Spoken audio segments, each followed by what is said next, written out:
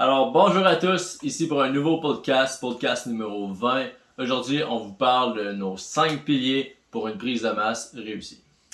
Yes, donc on va commencer tout de suite en fait. Premier point, ça serait de manger assez.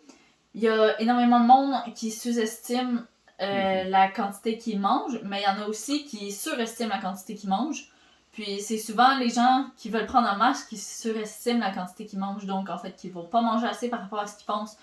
Puis c'est super important de manger un surplus calorique pour prendre la masse musculaire, parce qu'en fait, si tu as un déficit calorique, ben tu vas perdre du gras. Puis en fait, ton corps va pas construire de masse musculaire, à part si t'es vraiment quelqu'un qui débute dans l'entraînement. Là, tu pourrais prendre un petit peu de masse musculaire, mais tu vas vite atteindre ton plateau qu'on appelle. Puis en fait aussi, une autre affaire, souvent les gens ont peur de manger parce qu'ils vont se dire « Ah, je vais prendre du poids, j'ai pas envie de prendre du gras ou quoi que ce soit. » Mais si tu manges pas suffisamment, tu prendras pas de masse musculaire. Puis c'est super important à comprendre aussi.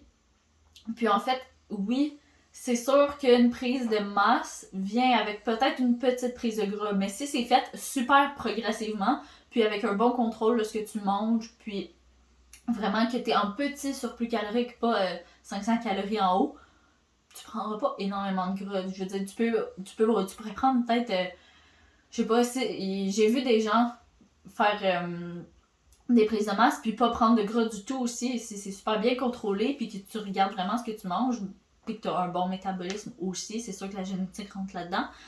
Mais tu peux ne pas prendre de masse, tu peux ne pas prendre de gras dans ta prise de masse. Ça va dépendre de comment tu l'as fait aussi, si tu es bien encadré là-dedans, puis tout ça. Ouais, exactement. Donc, si on passe au point numéro 2, on va parler d'avoir une récupération qui est optimale. Puis, qu'est-ce que je veux dire par là? C'est d'avoir, oui, ça va passer par le sommeil, tu sais, d'avoir des bonnes heures de sommeil qui vont te permettre de récupérer, parce qu'il faut savoir que ta masse, tu la construis pas dans le gym. Oui, il faut un entraînement fort et intense, mais c'est quand tu vas te reposer que ton corps va commencer le processus de construction, dans le fond.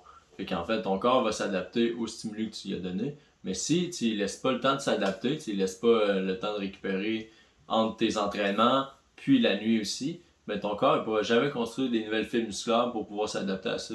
Donc souvent le monde néglige ça, il dit faut que j'aille au gym, hein, toujours intense, 6 fois semaine, je m'entraîne pendant 2 heures de temps. Ce ne sera pas efficace parce que tu ne pourras pas récupérer à ça. Non. Donc premièrement, assure-toi d'avoir un sommeil de qualité puis de dormir assez. On a déjà fait des podcasts puis des posts en masse sur c'est quoi un sommeil de qualité. Sinon, ben, tu viendras me le demander, je vais te le dire, ça va me faire plaisir. Mais aussi, tu sais, le sommeil, oui, puis la récupération entre tes entraînements. Fait que ça veut dire d'avoir une bonne planification d'entraînement qui va être efficace pour que, en fait, entre 2 journées d'entraînement, tu aies le temps de récupérer ton autre journée, puis que ça n'aille pas juste impacter, puis qu'à ce moment-là, tu n'aies pas de résultats sinon. Ouais, c'est ça. Puis, tu sais, je pense qu'aussi dans la récupération, on peut rentrer les gens qui veulent prendre exemple des pecs. Donc, ils vont faire les pecs 6 fois semaine. Non. Souvent, c'est les gens qui verront pas de résultats qui vont faire ça parce qu'ils se disent « Ah, ben là, je dois pousser plus. » Justement, tu dois peut-être pousser moins. Tu dois peut-être faire tes pecs 1 à 2 fois par semaine, gros max, parce que sinon, t'as pas le temps de récupérer entre tes entraînements. Si tu fais pecs 6 fois par semaine. Non, c'est sûr. T'sais, on va venir au point d'avoir une structure d'entraînement adaptée pour toi. Mais ça rentre là-dedans. Là. En fait, si tu veux bien performer et avoir des résultats, il va falloir que tu aies un entraînement qui est adapté à toi, oui, mais qui va te permettre de récupérer entre chaque workout, comme j'ai dit avant. Puis quand je dis adapté à toi, ben ça c'est vraiment un peu différent d'une personne à l'autre, selon ta morphologie, selon ta récupération personnelle aussi. Ça va impacter là-dessus. Puis sinon, augmente la fréquence que tu vas travailler chaque muscle dans ta semaine, ça peut avoir un impact aussi. Tu sais, 6 fois c'est trop, 1 fois c'est peut-être pas assez, fait qu'il faut que tu trouves un juste milieu, puis que ce soit le best pour toi dans le fond. Fait que d'avoir vraiment une structure d'entraînement qui est optimale pour toi, ça va être hyper important, puis de s'entraîner intensément dans le fait.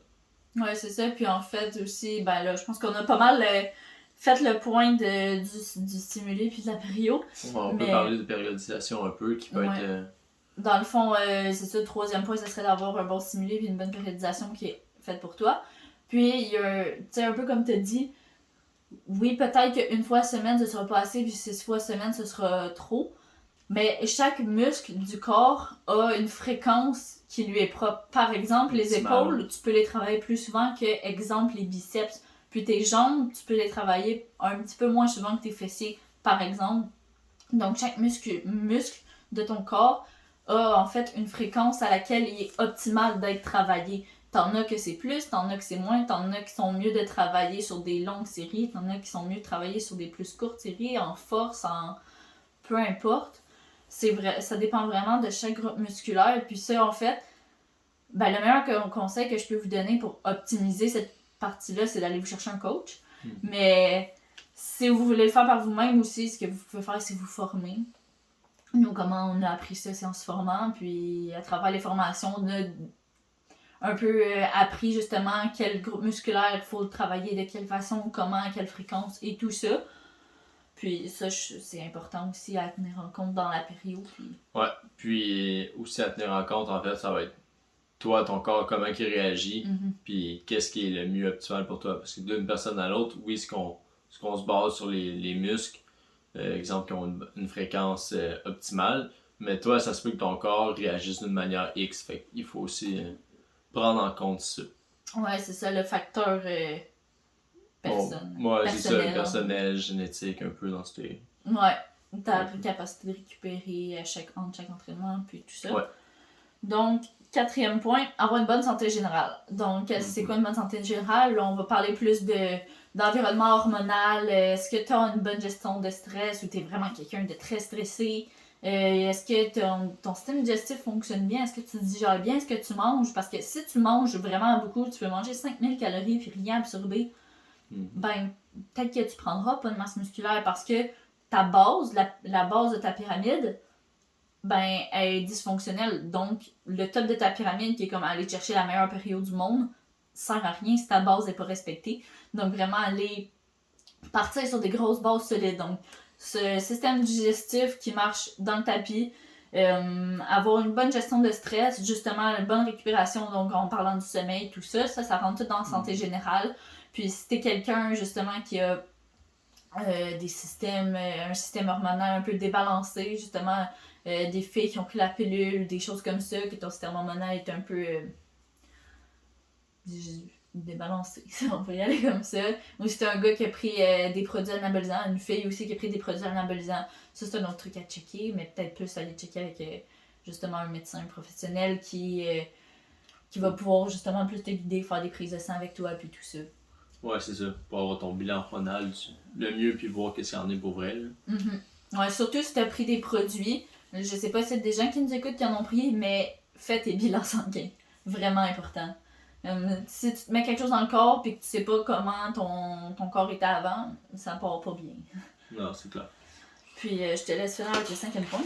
Donc, pour terminer avec ça, le point le plus important, c'est vraiment d'être constant et d'être patient dans tes résultats. Fait qu'en fait, là, on se le cachera pas, là, on t'a beau appliquer tout ça, mais si tu le fais une journée, ça marchera pas. T'as beau appliquer les meilleurs trucs du monde, si tu le fais seulement une journée, il n'y a rien qui va changer. Okay? Fait que tu dois être constant, tu dois répéter, tu vas t'améliorer, tu vas augmenter l'intensité au fil des temps, mais vraiment de tenir ça dans le temps, fait que de le faire pendant des mois. Si tu veux des progrès à long terme, ça va être pendant des années. Puis, en fait, c'est un mode de vie que tu viens qu'à développer, puis tu construis de la masse musculaire, oui, c'est ça. Si c'est ça ton objectif. Mais juste en étant constant, c'est comme la règle. C'est la clé pour pouvoir réussir. Vraiment. Puis d'être patient aussi, parce que les résultats arrivent pas comme ça en claquant des doigts. Ce que tu vas faire comme action aujourd'hui, tu vas t'entraîner fort, tu vas bien manger, tout ça, ça va avoir des répercussions. Peut-être dans 3 mois, tu vas voir les résultats. Fait que sois patient, sois constant, puis ça va arriver. Ouais, puis aie pas peur de faire des erreurs aussi. Des erreurs, on en a toutes faites. Puis si en ce moment, avec ce podcast-là, tu réalises que jusqu'à maintenant, tu as fait plein d'erreurs, ben c'est bien correct, parce qu'après ça, tu vas avoir appris de ça, puis ces erreurs-là, tu vas jamais les refaire. Ouais, tu peux avoir conscience comme ça, ou encore t'entourer d'une personne qui va pouvoir t'aider à ne pas faire les erreurs, puis ne pas perdre un peu de temps avec ça, dans le fond. Ouais, c'est ça, dans le fond, j'aime ça comparer un peu ça comme ça. si tu pars dans l'entraînement puis que tu y vas par toi-même sans coach, c'est comme si tu partais dans, je sais pas, dans la savane, puis qu'il fallait que tu te fasses un chemin toi-même pour arriver au, exemple, à la plage. Mais si tu prends un coach, ben la forêt est déjà déblayée, fait qu'il a fait un chemin pour toi, puis c'est tiens, vas-y, t'ouvres la porte. Fait que Exactement. c'est plus facile, les deux se font très bien, juste qu'il y en a un qui est plus facile que l'autre. Donc, on va closer ça là-dessus. C'était nos 5 petits trucs pour avoir une prise de masse qui est optimale.